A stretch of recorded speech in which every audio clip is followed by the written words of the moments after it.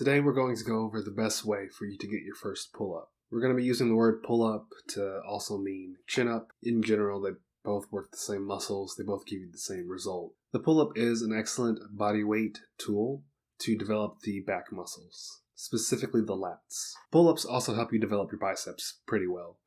Chin-ups target the biceps a little bit more, but overall there's not too big of a difference between a chin-up and a pull-up. I don't personally subscribe to the belief that pull-ups or a chin-up are the only things you need to do to build impressive biceps. I used to subscribe to that belief, and for a very long time I skipped on isolation exercises.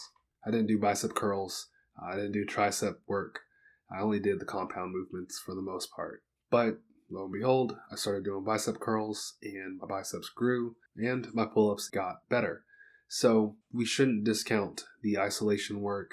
If you want hypertrophy, if you want muscle growth, isolation work is very important. And if you only care about your performance, if you only care about your pull-up strength or your pull-up numbers, getting stronger biceps can help with your pull-up numbers. It can also help with injury prevention.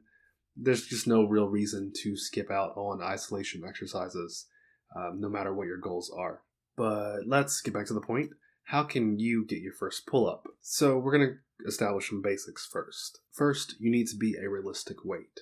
If you're trying to do a pull-up and you're a beginner, your body composition might be low on the muscle mass side of things. If you weigh 300 pounds, it's going to take a very long time to be able to do a pull-up. Now, if you're a beginner and you're closer to 130, 140, maybe even 180 pounds, a pull-up is going to be more attainable. And then, of course, if you're not a beginner, maybe you've just never done pull-ups, but you've actually been working out for a long time, or you've been training, or you have a physically intense job, your muscle mass might be on the higher end of things, and you might be able to get a pull-up pretty quickly. But this all depends on your strength to weight ratio. So if that weight is just on the higher end and your strength is on the lower end, it's going to take a long time to balance things out. So for some people, the quickest way to get a pull-up is to lower the weight side of that equation and lose weight.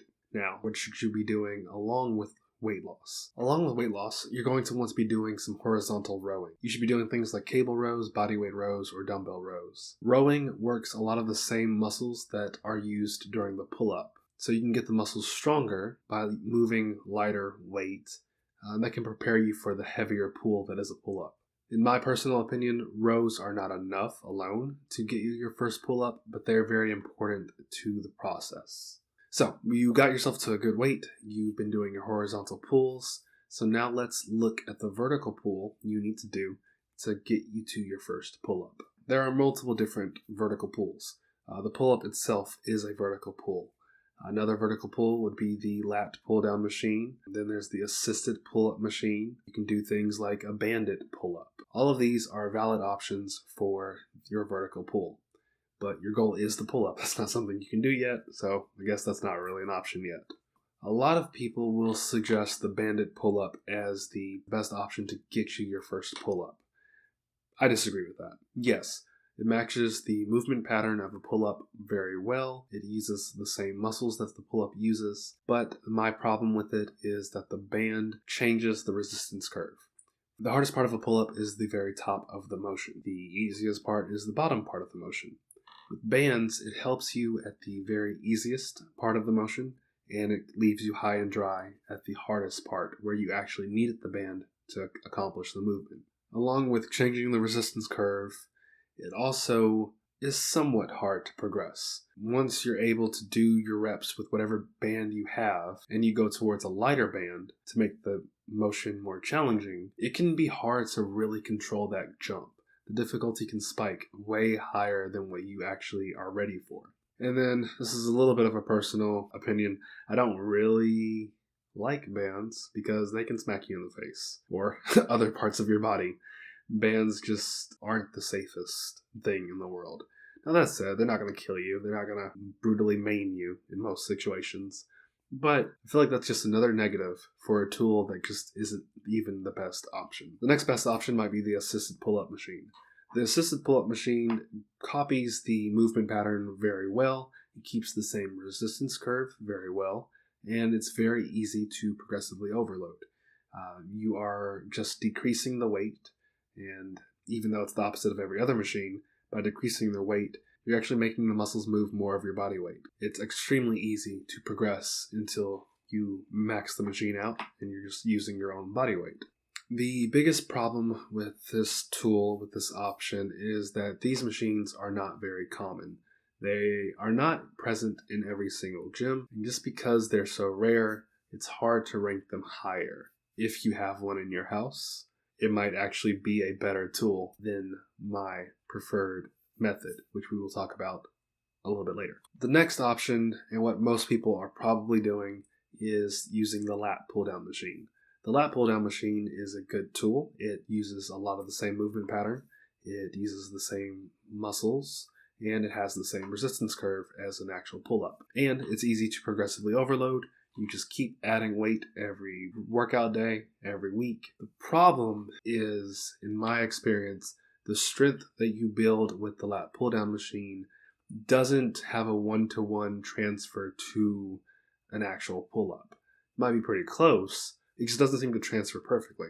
So you might get pretty strong at the lat pull-down machine, but that alone probably will not get you your first pull-up.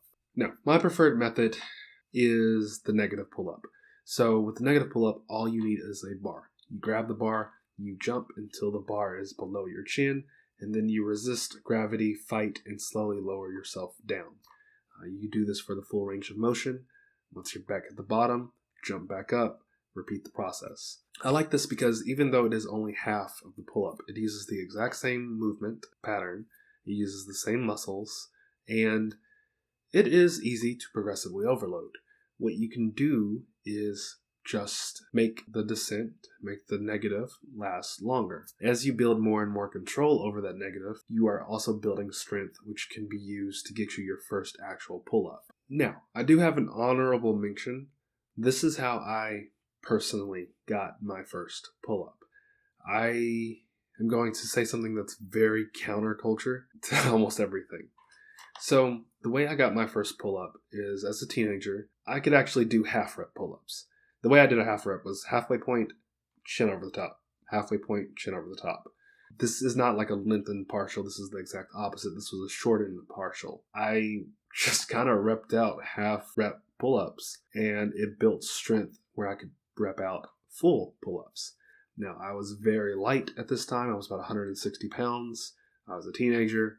Didn't have any real training knowledge or any real strategy, but it worked pretty well. So, as an honorable mention for what got me my first pull-up was just doing half reps until I could do full pull-ups. Now, I did half reps in a chin-up position. I did half reps in a pull-up position.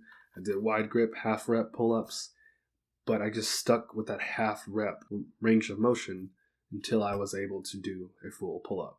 Now, once I was able to do a full pull-up, I dropped the half reps almost immediately.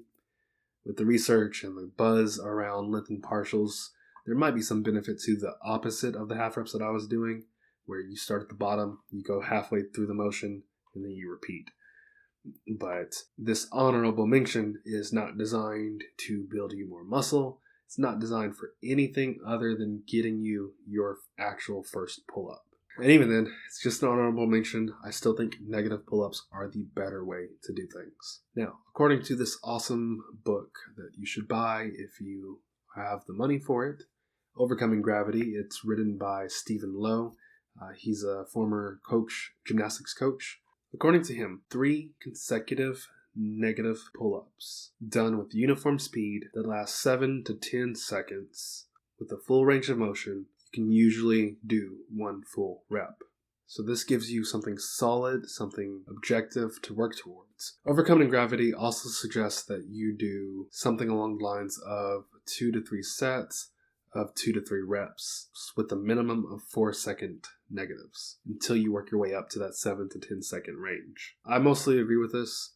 I would fine tune it by saying just lock in the 3 sets and then either decide between doing 3 or 5 reps with that 4-second minimum negative. The reason I say 3 to 5 is I feel like 3 is a better minimum when it comes to strength work, and 5 is a solid maximum. Anything over that, the negatives are taking so long. After a while, yes, it is training your back. It is getting you closer to that pull-up, but after a while, your forearms, your grip strength might start to gas out. Now, that's also pretty important to being able to do a pull-up. You do need to be able to support or to hold your body weight, but 5, 6, 7 reps, that takes 7 to 10 seconds. That's over a minute of you holding yourself up on the bar. And again, you should be able to do that relatively easily at some point, but we're trying to just get you your first pull-up. We're not really trying to do too much else. And I believe that 3 to 5 is the perfect balance for that. All right, so now you are able to do 1. Maybe you can do 2 pull-ups. What do you do next? I would suggest that you follow a program, a good program. And for the vertical pulling side of that program, or the pull-up side of that program, do your 1 or your 2 reps. So let's say this. Let's say that you're supposed to do 3 sets of 5 pull-ups. So here's what I would suggest you do. First set, do 2 pull-ups. That's what you're able to do. Just do them. Then follow up with 3 negative pull-ups. So now at this point, you're finished with your set. You've done 5 vertical pulls. For the second set, if you're able, do your 2 pull-ups, then fill in the gaps with the negative pull-ups. That's all you're doing. Just fill in the gaps of whatever recommended rep range you are given by the negative pull-ups. Hopefully what you'll be able to do is have less gaps to fill. So week 1, you do 2 pull-ups, you do 3 negatives. Week 2, you do 3 pull-ups, you do 2 negatives. So on and so forth until boom, you're doing 5 pull-ups, and now you're good to go. There's also 2 other things you can do. You can look up or click on the description below and look at the Russian fighter pull-up program. What you would do this program and you would take vertical pulling out of your workout entirely. You're only doing vertical pulling, your pull-ups, on the days the Russian fighter program tells you to do them. The other thing you can do is to grease the groove. Again, take the pull-ups out of your program entirely, but this time, every single day, you're going to do 1, maybe 2 pull-ups every hour throughout the day. This allows you to build up volume, sneak in that volume throughout the day, and yeah, you're working the same muscles every single day, you're doing the same movement every single day, but you don't have a lot of volume to begin with. The frequency can be pretty high. Both of these are good ways to get your pull-ups up by 3, maybe 4 extra pull-ups by the end of the program. For greasing the groove, you might want to do that for a couple of weeks. You don't want to do it for too long. For the Russian fighter program, try to finish it out as prescribed. But that is kind of what you can do after you're able to accomplish your first few pull-ups.